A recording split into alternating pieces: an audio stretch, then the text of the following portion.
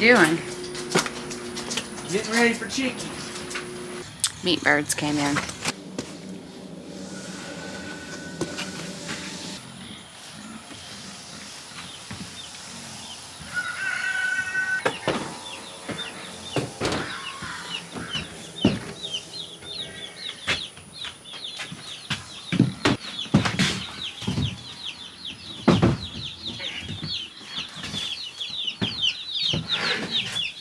You excited for this, Daddy?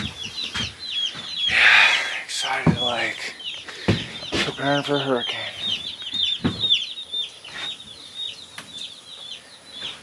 Got some more bricks.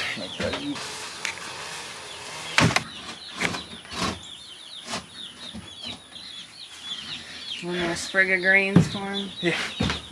So, just getting home from doing my 9 to 5 to my 5 to 9. 9 to 5, 5 to 9, you know. So, post office called. Chicks were ready to be picked up. We ordered from Murray McMurray. We are raising meat birds for our family and for a family of a friend of ours. I guess they just didn't really have good luck raising meat birds. They lost a whole bunch, which we lost, I guess, 15 last year with all the rain. I think we got 100. I'll have to ask Justin when he comes back. But he is prepping the brooder. This is just a shed we have in the back. Justin cleaned it all out yesterday because we knew they were coming this week, just didn't know they were coming today. So thank God he did that. Listen to me, I told you. But I think we have 100 meat birds. How many meat birds did we get? How many meat birds did we get? 100, he said. So he got it all cleaned. He's got their brooder all cleaned out and getting ready to put new wood chips in it.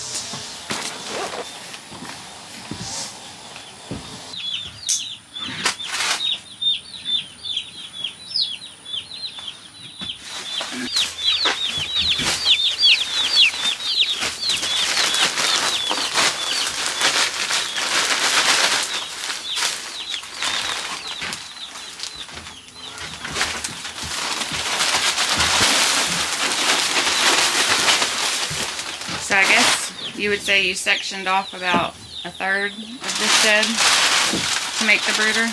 Yeah, something like that. I think this is an 8 by 12 or 8 by 16. Yeah, probably 8 by 16.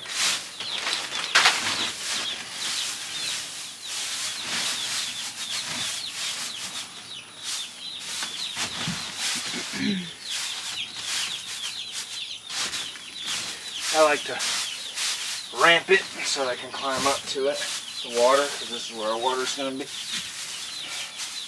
Now, one. Jonathan gave us those. Give us what?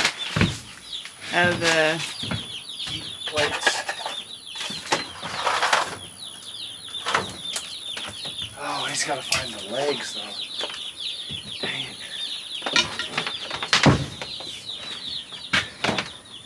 I don't know if I'd dairy rig that either, because if they fall, we're going to have chicken nuggets. They turn off at a certain temperature. Well, I mean, they're going to fall on the chickens, the baby chicks. Well, what I could do is just ropes from the ceiling and lower them how I want them. But I think they'll be fine because it's like 70, 80 degrees at night, so. Alright.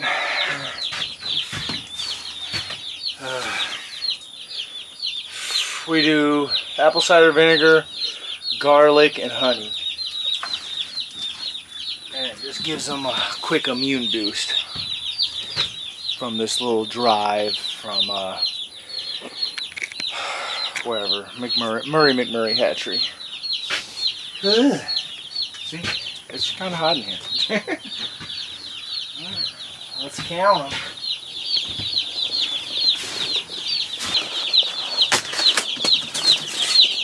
Chickies!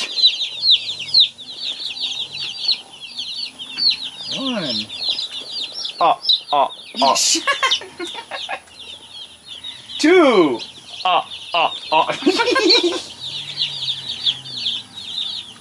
come on. 3. 5.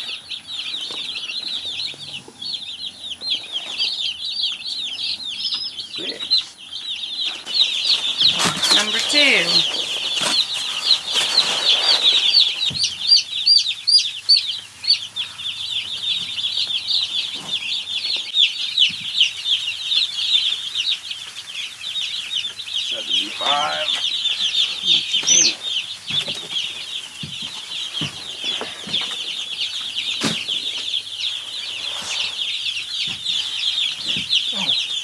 I stepped on you. No, are you okay? God dog it.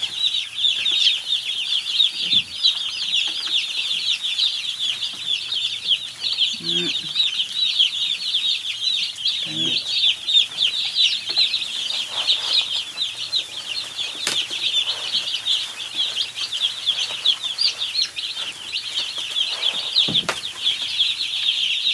They're already pecking at it. Just put it on the ground for me. Where am I at? 75? Yeah. Oh, look. I bet you're a rooster. Murray McMurray normally gives free birds with big orders, and it's a surprise bird, and 9 times out of 10 it's a rooster. Kind of looks like Wilbur did. I wonder if it's see right. So Justin just counted. We ordered 100. There's 103 Cornish cross in here, and then 1 free mystery bird. Hey. What happens a lot of times is getting them all situated. In here. Justin accidentally squished one with his big boots. It's happened to us before. I mean, Gavin's crunched on one in the coop before years ago. It's kind of moving around, but we put it back in the brooder. I don't know if it's going to make it, so we'll see. So I got 2 bags of grower starter crumbs right now, and that'll get us for about a week probably.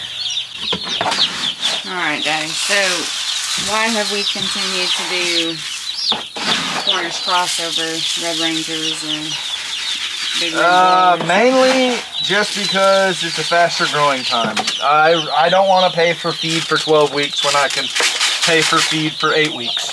That's mainly the only reason. I don't find. Can't justify it. Yeah,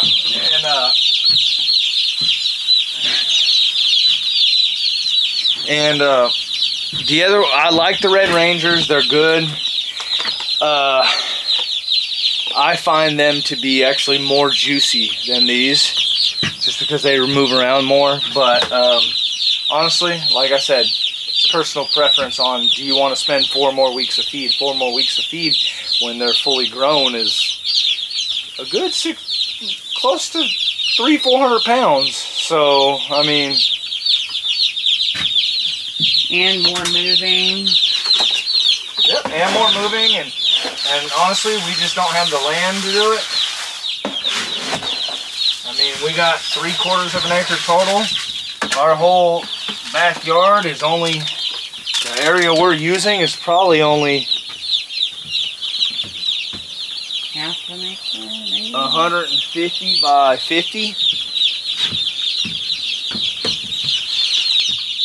Alright, I need to figure out how to do this other water. I need those come this. Okay, well then you need to get your butt and get your get. Go on get. Get my gets. Go on get.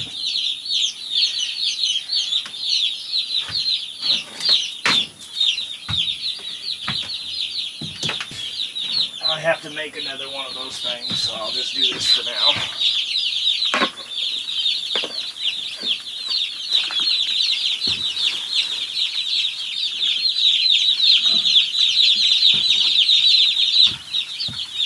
You think they'll be fine? bottom without a heat lamp, or are you gonna do a heat lamp at night? I got this heat lamp right here. It's the infrared one that they have at Tractor Supply. Only thing is, when I plug it in, it smells like it's burning. I really think we just need it at night, huh? I don't even think we need it right now at night. I can just close that. Well, heck, all it does is this open. Honestly, I don't. I'm gonna see if they can tough it out. Yeah, that one's gonna die. You think you just put it out of its misery?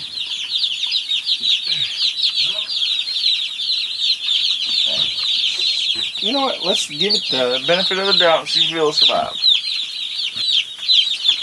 They found the food. Cornish cross always do. I mean, this is our first batch, really, to have not one die in shipping, huh? Or No. we have, The last 2 times we didn't have any die in shipping. but they guarantee. Well, our first time getting from them, we had 7 die. And they ended up putting a credit on our account. So. And to most people, this may seem like late in the season to do meat birds. Most people do them way early. We normally do, what, March, April? Well, we look, get 'em? here's the deal. We live in Texas where it's hot. And it's really not humane to have meat birds in the middle of July in Texas. It's just not. It's so hot, especially this season. So. Well, and not only that, but last year we had a lot of rain, a lot. And it was before we installed our French drain, and the backyard kind of held water a little bit. So we ended up losing, I think, 15 birds. They were just trampling each other. And I mean, I'm talking like 6 to 7 week old Cornish cross. So these are big birds. They're not like little chicks like that. So we lost a lot. So Justin hates butchering in the heat. The fly pressure is high when you're butchering. So he just said, you know, we live in Texas. Let's just do them later in the year, see how that goes. Yes, it's hot now. These chicks are going to spend about 3 weeks in the brooder. And then after those 3 weeks, we've got 2 chicken tractors that we'll put them in. We even have, if we see that it's too much for those 2, we can either build another one, or we've even rigged it and done we have a 10 by 10 dog kennel that we've used before, and it works just as well. It's just more of a pain to move. But you can see we have the Siskovich, I don't know what it's called. Justin, I'll see and link it. But he's built 2 of them. So that's what we're gonna do. Normally it's about 40 birds, and each is about max. So we'll see, you know, if we need to bring out the 10 by 10. But that is us bringing home meat birds for the year. If you have never seen, I think it was our introduction video, our first one I ever made, I told the story about how we got into meat birds, and it's a pretty good laugh. It's a pretty good laugh. So I guess Justin has that for me, or to thank me for that. So this is just meat on our table. We're ordering our cow here in a couple weeks. And then pancetta will be due this winter to be put in the freezer. And then, of course, deer and whatever else we can get our hands on. Well, I hope y'all enjoyed a little snippet in our 5 to 9 after our 9 to 5. Getting meat birds, and the boys missed it. They should be getting home any minute. But putting up those meat birds is kind of like stressful with little kids, because my little boys get so excited and they end up stepping on them. I mean, hence Justin stepping on it. But I hope y'all have a great week, and we'll catch you later. Bye.